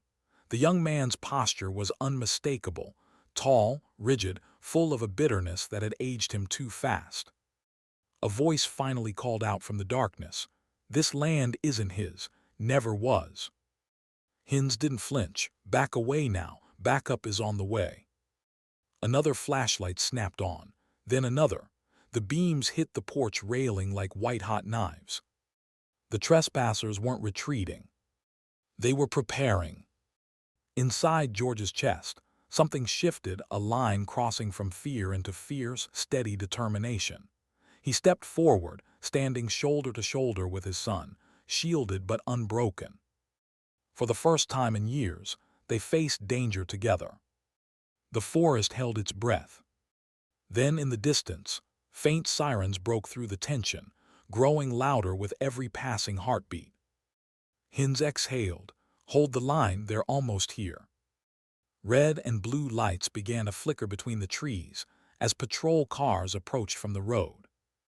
And as the trespassers shifted back into the shadows, preparing for whatever would come next, George understood. This confrontation wasn't the end. It was only the beginning of the reckoning closing in from all sides. The clash outside George's property ended only when the sheriffs arrived in force, sweeping the tree line with spotlights until the trespassers scattered like startled animals. No arrests were made that night, not yet, but the message was clear. Lacey's influence reached farther than any of them had imagined. By morning, the forest sat strangely quiet. Daniel hadn't slept. George hadn't either. They sat across from each other at the worn kitchen table, both men hollowed by the storm, the confrontation, the truth finally spilling into daylight. At 9:12 a.m., Detective Hinds pulled up the driveway with purpose in her stride. There was no hesitation, no preliminary small talk, no reassuring smile. She stepped inside and closed the door behind her, shoulders tight with urgency. "We found something," she said. George's stomach tightened. Daniel straightened like a man bracing for a punch. Hinds opened her tablet, tapped twice, and turned the screen toward them. The document displayed looked formal, too formal to belong to the chaos of the past few weeks. The header alone made George's skin crawl. Cooperative Property Reclamation Agreement. Beneath it was a scanned signature. Lacey Merrick. Daniel flinched so violently, he nearly knocked his chair back. Hinds began reading, her voice low, steady, professional, but edged with anger. This was in Lacey's email, buried inside a folder she thought she'd deleted. Our cyber unit pulled it this morning. George leaned in, the words blurring and sharpening at the same time. She drafted this contract with the evicted family's son, Hinds continued. The one you saw in the tree line. She promised him partial ownership of the land, your land, if he and his group helped force you off the property. Intimidation, harassment, psychological pressure, all documented in her terms. Daniel covered his face with both hands. Dear God. Hinds went on. And that's not all. She planned to sell the property this spring. Market estimates put its value over $300,000. The sale proceeds would have gone into an account controlled solely by her. George's breath caught. Daniel was never in the plan. Daniel's hands dropped slowly. His face looked carved out of grief. She told me we'd use the money to pay down my debt. She told me we were doing this for our future. His voice cracked. And all this time. She didn't intend to share a dollar, Hinds said softly. You were leverage, Daniel. A tool to validate guardianship if she could get the courts to declare your father incompetent. George felt his heart break in a new, deeper way, not for himself this time, but for his son. Daniel stared at the contract on the screen like it was a weapon aimed directly at him, because it was. Where is she now? George asked. Hinds' jaw tightened. Running. Daniel jerked upright. What do you mean running? She left town at dawn, Hinds said. We flagged her license plate at a gas station outside Prescott. Cameras caught her paying in cash, traveling alone. She booked a motel room outside Phoenix under a different name. George swallowed hard, so she's trying to escape. And she almost managed it, Hinds said. But we coordinated with Phoenix PD. They're moving now. Daniel stood abruptly, pacing in tight circles. I need to go, I need to be there, I need. No, Hin said, her voice firm as iron. This is police business now, you stay put. George reached out and steadied his son, gripping his arm gently. Daniel, let them handle her. He felt Daniel's shoulders trembling under his hand. The same son who once thought monsters hid in his closet, the same boy George had once comforted through scraped knees and heartbreaks. Now he was shattered by something far more brutal, betrayal from the person he trusted most. The next hour passed like a slow-moving storm. Hin stayed with them, updating progress each time dispatch sent word. George made coffee no one drank. Daniel stared at the wall as though watching the foundations of his life crumble behind it. At 11:42 a.m., Hin's radio crackled. Suspect in custody. Repeat, suspect in custody. Daniel closed his eyes. A single tear slipped out. Hins listened, nodded, then lowered the radio with a measured breath. They got her. She was trying to check out early, suitcase still half-packed. Daniel's breath hitched, a sharp sound like breaking glass. What charges? Hins took out her notebook. Conspiracy to commit fraud, criminal harassment, contractual coercion, filing a false police report, possibly financial abuse once forensic accounting finishes. She met Daniel's eyes. It's a long list. Daniel collapsed into a chair, elbows on his knees, hands covering his face as sobs broke free. Raw, shuddering, helpless. George moved beside him, one hand on Daniel's back. Hey, look at me, he whispered, voice tight with pain. She fooled you, she lied to you, she preyed on your fear. Daniel shook his head violently. I should have known, I should have stopped her. You were drowning, George said softly, and she offered you a hand that wasn't real. Daniel's shoulders shook harder. I'm so sorry, Dad. George swallowed the lump in his throat. We'll fix this, together. Hin stood quietly, giving them the moment, eyes softened by something like respect. Then she stepped forward. George, she said gently, her arrest isn't the end. The trespassers will talk now that she's in custody. More will come out soon, but for today you're safe. George nodded slowly, though the relief felt fragile, trembling like a candle's flame in a draft. Daniel leaned into him, the way he hadn't since childhood, tears soaking his sleeve. And George held him, not as the man who'd betrayed him, not as the scared son who'd been manipulated, but simply as family surviving the wreckage together. Outside, the forest stood still for the first time in weeks. But inside, in the shaken quiet of the living room, George knew. The emotional storm was far from over. The days following Lacey's arrest felt strangely quiet, as if the forest itself were finally exhaling after holding its breath for too long. For the first time in weeks, no flashlights flickered beyond the tree line. No footsteps circled the house at night. No rocks struck the siding. The silence felt unfamiliar and heavy, the kind of silence George had once prayed for, but now heard through the filter of everything he had survived. Detective Hins kept her word. She worked the case like a woman determined not just to close it, but to burn every last root of manipulation out of the ground. Within 48 hours of Lacey's arrest, half the trespassers were picked up on warrants. The rest turned themselves in when they realized Lacey was no longer shielding them. 2 of the teenagers cracked first. Scared, shivering in their holding cells, they laid out the truth with shaking voices. How Lacey paid them cash under the table to rattle the old man. How she gave instructions about when to show up, what to do, what to wear.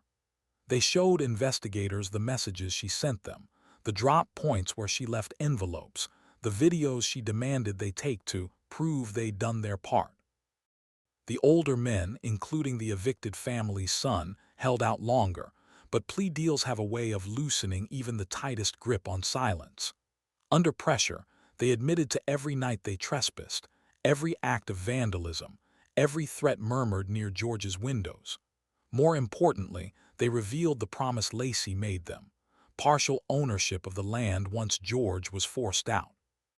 It was never your land to begin with, George heard Hin say during one phone update, her voice sharp. And it sure as hell never belonged to her to give away. The town buzzed with the news, quietly at first then openly. People who once dismissed George's fears now looked at him with grim sympathy. Boyd, the sheriff who'd ignored his early calls, stopped by twice to apologize awkwardly, genuinely, but George couldn't bring himself to open the door. Some apologies arrived too late. Daniel moved back into the house temporarily, carrying little more than a duffel bag and a suitcase full of guilt. His voice stayed soft in those first days, like someone afraid to disturb a fragile truce.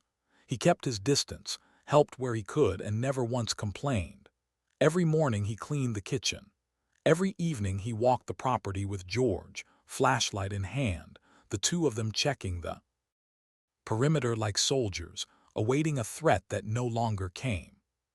Trust didn't return all at once. It came in small, hesitant steps. One afternoon, they replaced the broken living room window together. The glass glinted under the winter sun as they lifted it into place. Daniel held the frame while George drilled the screws. Neither spoke at first. The hum of the drill filled the silence. Halfway through, Daniel's voice broke quietly. "Dad, I don't know if you'll ever forgive me." George tightened the last screw, then lowered the drill. "Forgiveness doesn't happen all at once," he said. "It's built, just like this house." Daniel nodded, eyes glassy. I want to try."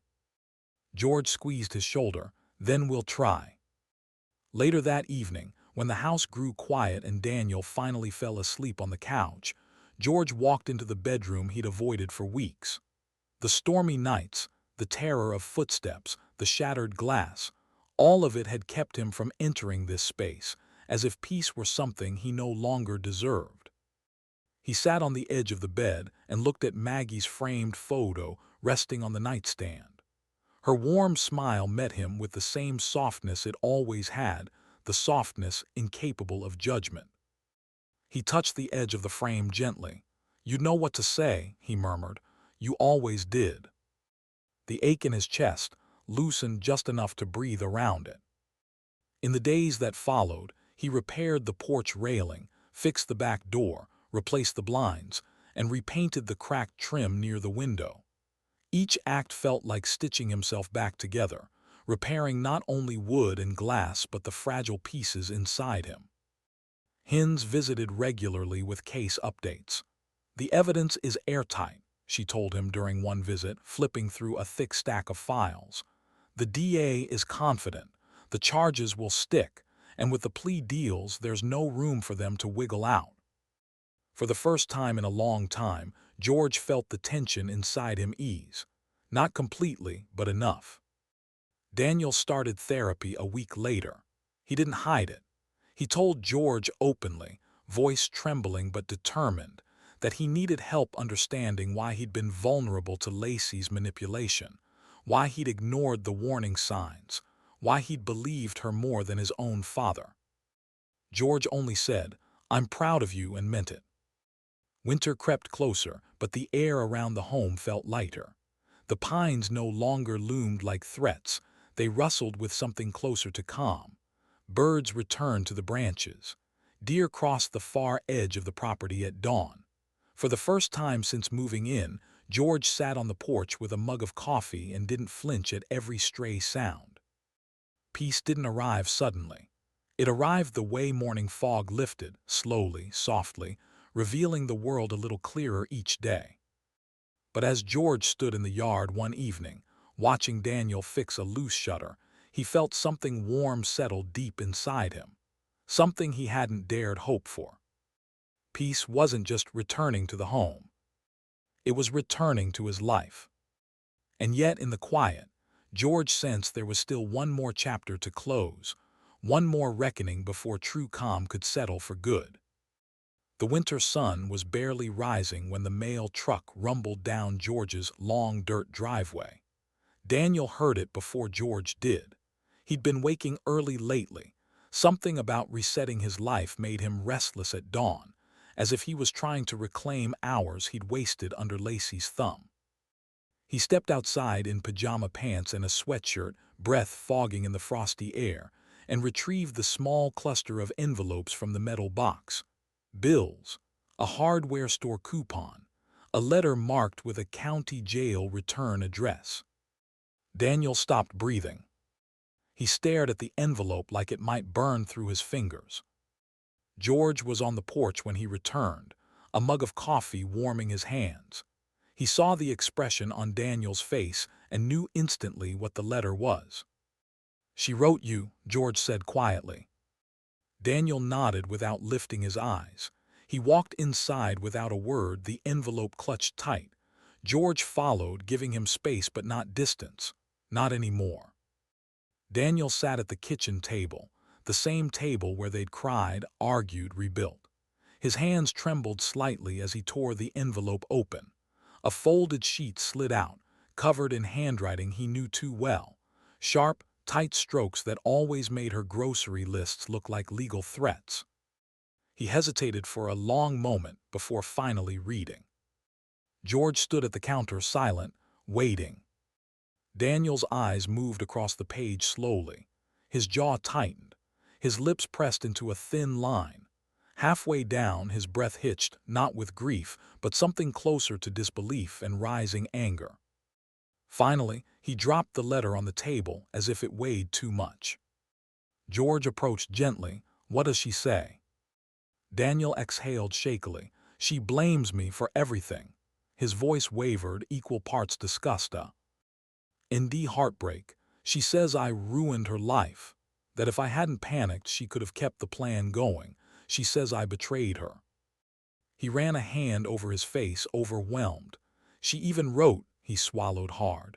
"She said if I'd been stronger, none of this would have happened." George's chest tightened, not because he believed a word of it, but because he knew how deeply Daniel once trusted her, how deeply her words could still cut if he let them. "What else?" George asked softly. Daniel shook his head, eyes filling with something raw and wounded. "She didn't apologize, not once, didn't mention what she did to you, didn't mention the trespassers or the threats or the lies. She made herself the victim completely." He let out a small, bitter laugh. "She actually said I owe her loyalty, even now." George felt a slow, rising heat in his chest, but not toward Daniel, toward her, toward the woman who had twisted his son into knots for years.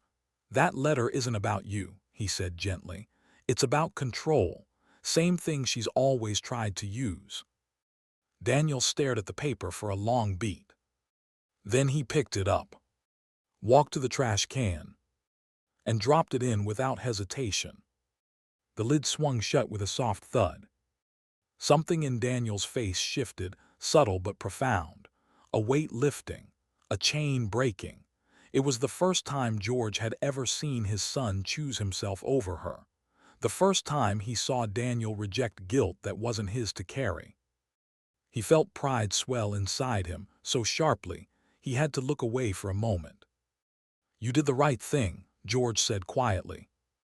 Daniel wiped his face with the heel of his hand, embarrassed but relieved. "I'm trying, Dad." "You're doing more than trying," George replied. "You're taking back your life." A knock on the door broke the moment. Detective Hines stepped inside, bundled in her winter coat, her expression more relaxed than it had been in weeks. "Got an update," she said. Daniel straightened. George set his coffee down. "Court date is in mid-spring," she explained. "The DA's building a strong case, with the confessions, the contract, the recordings, and the trespasser pleas. She doesn't have anywhere to run." Daniel nodded slowly. "Will she go away for a long time?" "Long enough," Hines said, "and long enough for you both to rebuild without her shadow in the way." Daniel exhaled shakily, something between relief and grief. Hines gave him a small nod, then turned to George. "And your property is officially on the protected list," she added. "Extra patrols, regular check-ins, you'll be safe." Safe. It was a word George hadn't let himself believe in months. After she left, George spent the rest of the afternoon doing something he'd been putting off, one last upgrade to the home. He reinforced the back door, not out of fear anymore, but out of determination. He fixed the loose floorboard in the hallway. He repainted the trim around the new living room window Daniel helped him install. Each nail, each brushstroke felt like stitching closure into place. Not the rushed, desperate kind that comes after trauma. This was the slow, patient kind. The kind that rebuilds something stronger than before. By evening, Daniel cooked dinner, simple pasta, nothing fancy. But George ate every bite as though it were the best meal he'd had all season. They talked, laughed a little, said nothing about the letter. There was no need. It was in the trash, and Daniel had chosen to leave it there. That night, for the first time since moving into the house, George lay in bed without straining to hear footsteps outside. He looked at Maggie's picture on the nightstand, touched the frame gently, and whispered, "We're okay." He turned off the lamp. The darkness felt soft instead of threatening. And sleep came quickly, deeply, peacefully. For the first time in a very, very long time. The first hints of spring arrived quietly, soft green buds on branches, sunlight lingering a little longer each evening, the scent of thawed earth drifting through the pines. And for the first time in a long time, those small changes felt like more than weather. They felt like permission, a sign that life, even bruised and bent the way his had been, could start again. Daniel was the first to change. He found a job in town, steady, honest work at a local hardware store. Nothing glamorous, nothing loud, but solid. The kind of job where people greeted him by name, where he learned to restock shelves, take inventory, talk to folks who didn't judge him by his past. Each day he came home a little less haunted, a little more grounded. One evening he sat at the kitchen table sorting paperwork, pay stubs, a new budget plan, the beginnings of a life rebuilt brick by brick.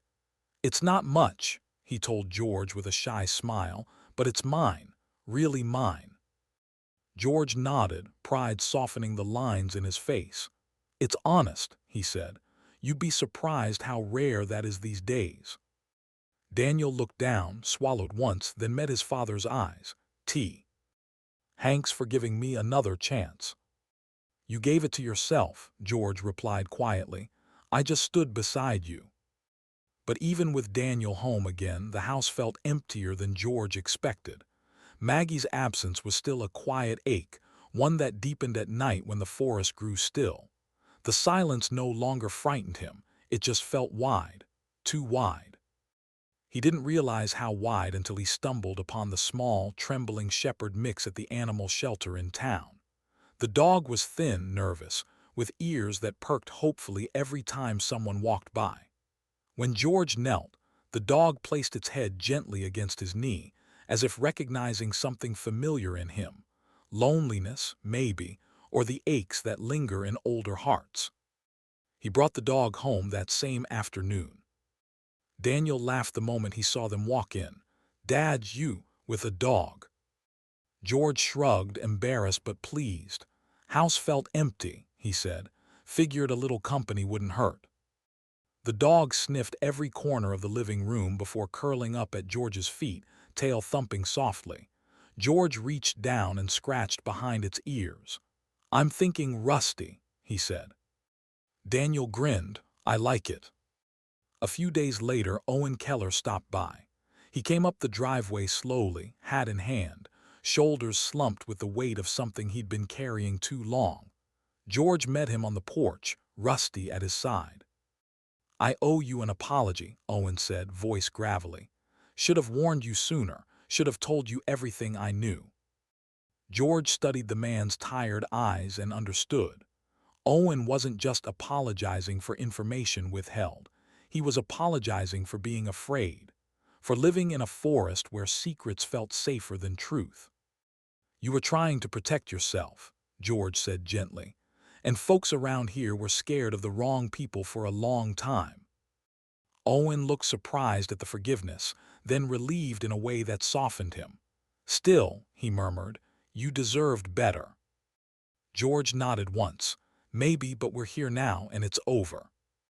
Owen glanced at the trees where sunlight filtered through in warm patches.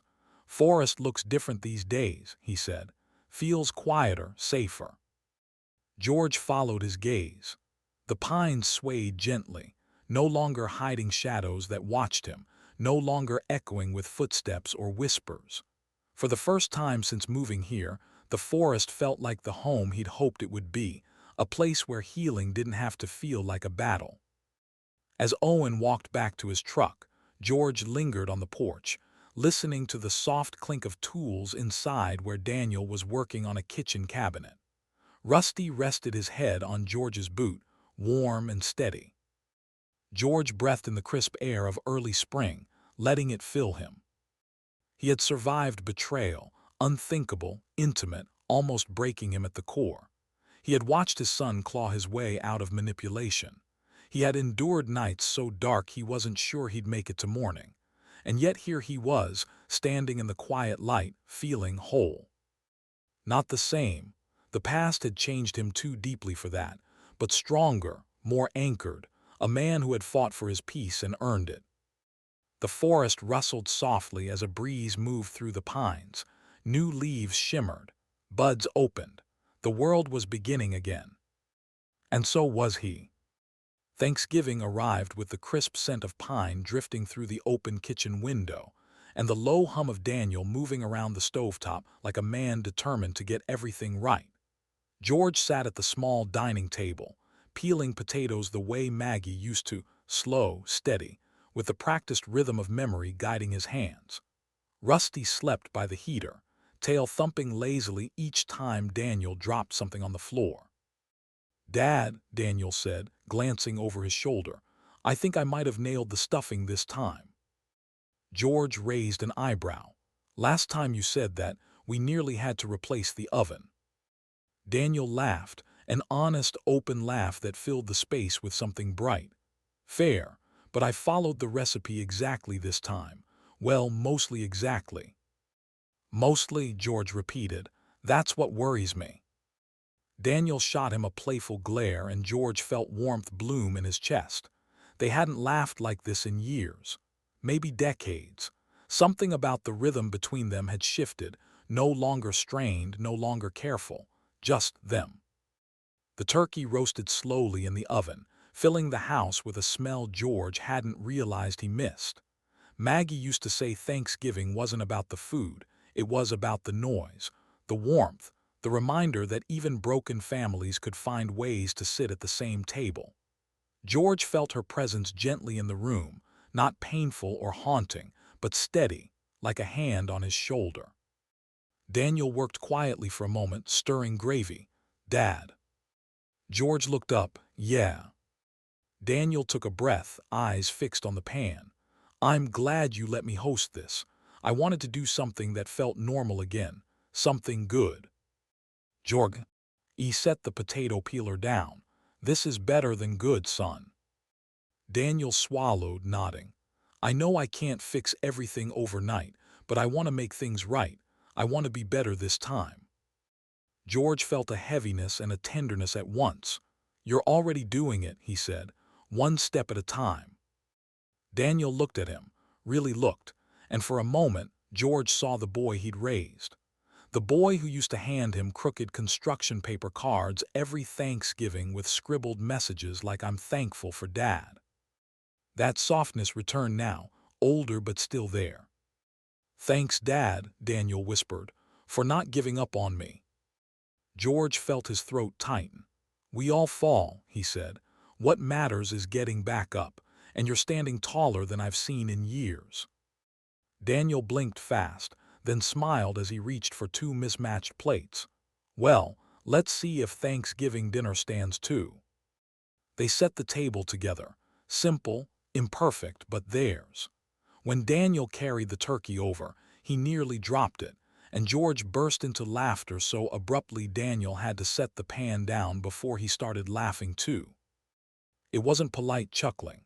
It was real, deep, cleansing laughter, the kind that shakes loose something dark and tired inside.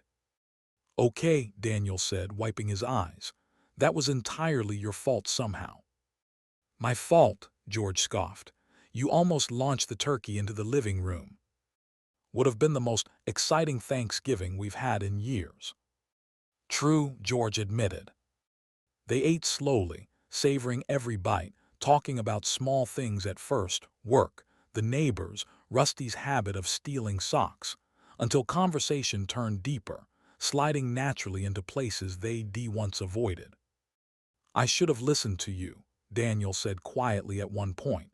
I should have trusted you instead of letting her fill my head. George shook his head gently. You were drowning, Daniel. She offered you what looked like a rope. Anyone could have grabbed it. Daniel took a long breath. Still, I hurt you. And you're healing it, George said. That's what matters. They clinked glasses, sparkling cider, Daniel's idea, and he lifted his cup with a small smile. To better choices, Daniel said. George raised his glass. To better days. A knock sounded at the door. Rusty perked up, tail wagging. George stood and opened the door to find Owen on the porch, holding a tin of homemade pecan bars wrapped in foil. I thought I'd drop by, Owen said, hat in hand. Didn't want to impose. You're no imposition, George said, stepping aside. Get in here before those bars get cold. Owen grinned and entered. Daniel greeted him, and soon they were all seated again, plates out, dessert passed around.